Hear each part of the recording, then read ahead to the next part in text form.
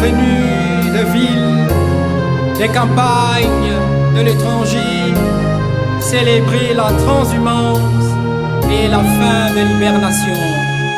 Marat souhaite.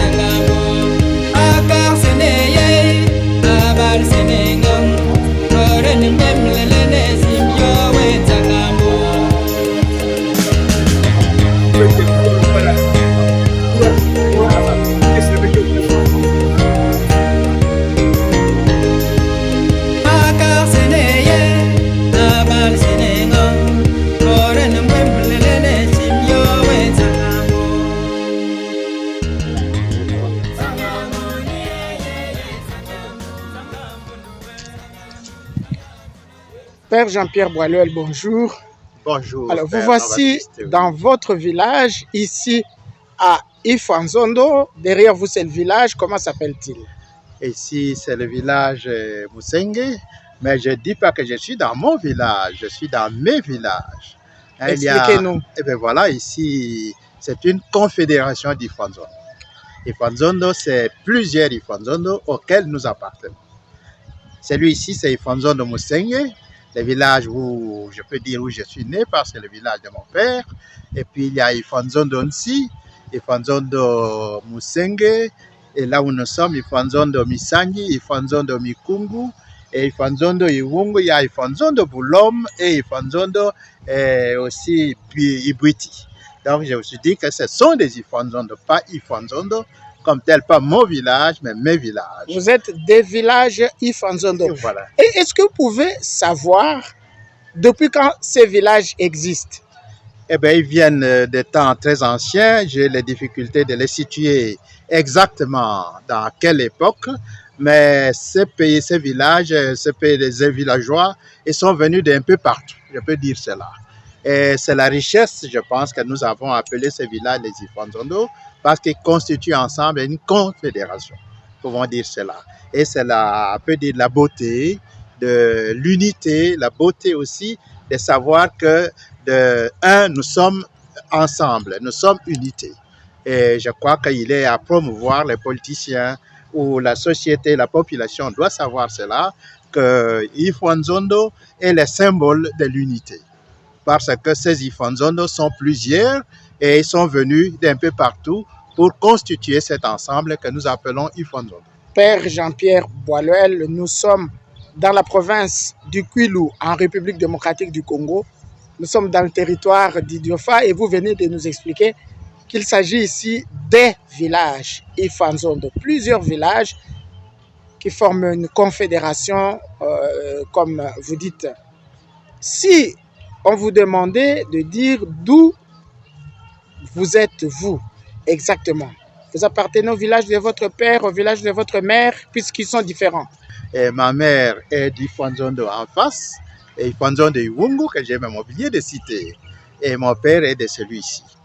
Mais depuis l'enfance, je suis habitué à être là. Alors, mais voilà, ce n'est pas rien que vous ayez oublié Ifanzondo Iwungu pour parler d'Ifanzondo Musenge, où vous êtes né, où vous avez grandi, le village de votre père. Oui. Alors, et si nous parlions de votre tribu, c'est quelle tribu ici? Eh bien, ici, la tribu, dans l'ensemble, c'est la tribu de Babunda. Hein? Les Ifanzondo appartiennent aussi à cette tribu, ensemble des tribus Babunda, qu'on trouve dans les territoires d'Idiofa, territoire de Bolungu aussi. Hein? Les Babunda se trouvent dans ces deux grands territoires. Dans le territoire de Gungu aussi. De Gungu aussi, voilà, de Gungu aussi. Alors voilà que les Ifanzondo appartiennent à cette tribu des Babunda, oui, qui ont dit qu'ils seraient venus, les Babunda seraient venus. Il y en a qui parlent de l'Angola, hein, et au Kolum, disent les historiens, et même il y en a qui prétendent parler de l'Égypte. Voilà. Le professeur Awaka Augustin, qui est historien, il a écrit un livre sur l'origine ou l'histoire des Babunda. Oui, Sa thèse, c'est laquelle? Vous Le seriez originaire de l'Angola ou de l'Égypte? Donc, je crois qu'il parle de l'Angola. Ok. Parce qu'il défend qu'au Kolum serait en Angola. Donc, on peut, avec cette thèse du professeur Awaka, soutenir que les Babounas sont venus d'Angola. Père Jean-Pierre Boileau, Oui. missionnaire au Blas de Marie Immaculée, vous êtes directeur sortant de l'Institut africain des sciences de la mission.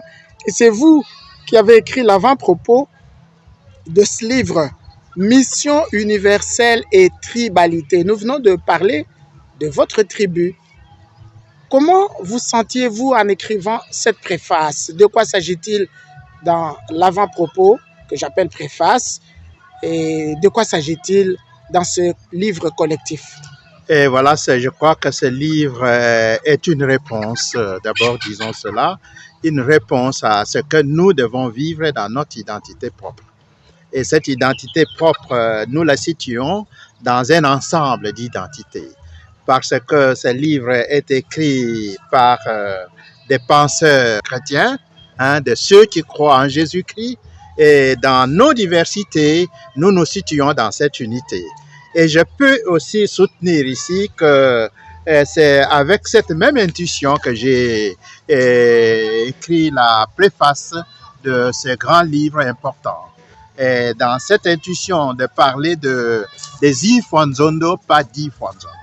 Hein, les tribus, voilà, nous allons jusqu'à là. Les tribus sont dans des micro-sociétés, mais qui vont faire l'ensemble de la macro-société. Et si nous lions cela à notre réalité chrétienne, nous pouvons aussi dire que chrétiens, nous appartenons à ces micro-sociétés. Hein, ces micro-sociétés sont appelées à réaliser cette unité à laquelle nous sommes appelés. L'unité, c'est-à-dire cette universalité. Hein, qu'il soit un, comme moi, Père, nous sommes, comme moi et le Père, nous sommes un. Ça, c'est le testament de notre Seigneur Jésus-Christ. Alors, quand vous parlez d'unité, vous voulez dire le contraire du tribalisme. Tribalisme, oui, ce n'est pas contre la tribu. Hein. Disons que l'unité n'est pas contre la tribu et aussi la tribu ne peut pas aller en contradiction avec l'unité. Voilà, la tribu est partie de l'unité. Hein. Comme je viens de le dire, la tribu est une micro-société, voilà, qui doit entrer dans la réalité de la macro-société, de la nation, de l'Église, du pays, disons tout cela. Et vous vivez à Kinshasa, Père Jean-Pierre Boileau. Comment est-ce que vous ressentez cette problématique qui va jusqu'à demander que des chercheurs, des penseurs chrétiens écrivent tout un livre là-dessus? Eh bien, nous sommes à Kinshasa comme missionnaires, notez cela. À Kinshasa, je me sens chez moi, dans l'église. Et d'ailleurs, depuis que je suis prêtre, je travaille dans le diocèse de Kinshasa. Hein, je suis originaire du diocèse d'Idiofa, mais notez que depuis que je suis prêtre, je suis missionnaire dans ce grand diocèse de Kinshasa. Et alors, comment penser à justifier le tribalisme dans ces contextes-là? Je pense que c'est un non-sens. Un non-sens. Ceux qui ont écrit, nous avons écrit cet ouvrage, je crois, comme réponse à cette grande question que vous venez de poser. Et chrétien, là où il est, se trouve chez lui, hein, malgré, en dépit de son identité, en dépit de son appartenance à la tribu, à la congrégation, nous pouvons dire, vivant dans cette église locale de Kinshasa, je dois me sentir chez moi. Nous devons nous sentir chez nous, comme missionnaires d'abord, et comme chrétiens aussi en général. Nous devons nous sentir partout chez nous. Et les diocèses où des problèmes de tribalisme se poseraient, comme ce diocèse du Nigeria, qui a refusé d'accueillir un nouvel évêque la situation est peut-être la même dans ce pays-ci, la République démocratique du Congo, ou ailleurs. Finalement, vous dites, du point de vue de l'Institut africain des sciences de la mission, vous dites que cela n'est pas chrétien. Eh bien, je dis, ce n'est pas une attitude chrétienne. Je crois qu'il y a une évangélisation. Nous devons parler de l'évangélisation aussi à ce niveau. Alors, ça ne peut pas être une attitude chrétienne. Le chrétien est appelé à entrer dans la réalité du Christ. Il appartient au Christ, le Christ qui est l'ouverture au monde, qui est l'ouverture à cette universalité. Alors, un chrétien, je pense qu'il soutiendrait c'est le contraire de ce que le Christ nous prêche, ou le Christ nous a annoncé ou légué. Je pense que c'est insoutenable, à mon avis. Merci, Père Jean-Pierre Boiluel. Et nous sommes là pour célébrer notre 90e anniversaire des missionnaires oblats ici de Marie Immaculée. Et puis voilà, merci beaucoup pour cet échange que nous venons de faire. C'est la mission universelle. Exactement, exactement. Merci beaucoup. Merci. Ils sont venus de villes, des campagnes, de l'étranger, célébrer la transhumance et la fin de l'hibernation. Marat souhaite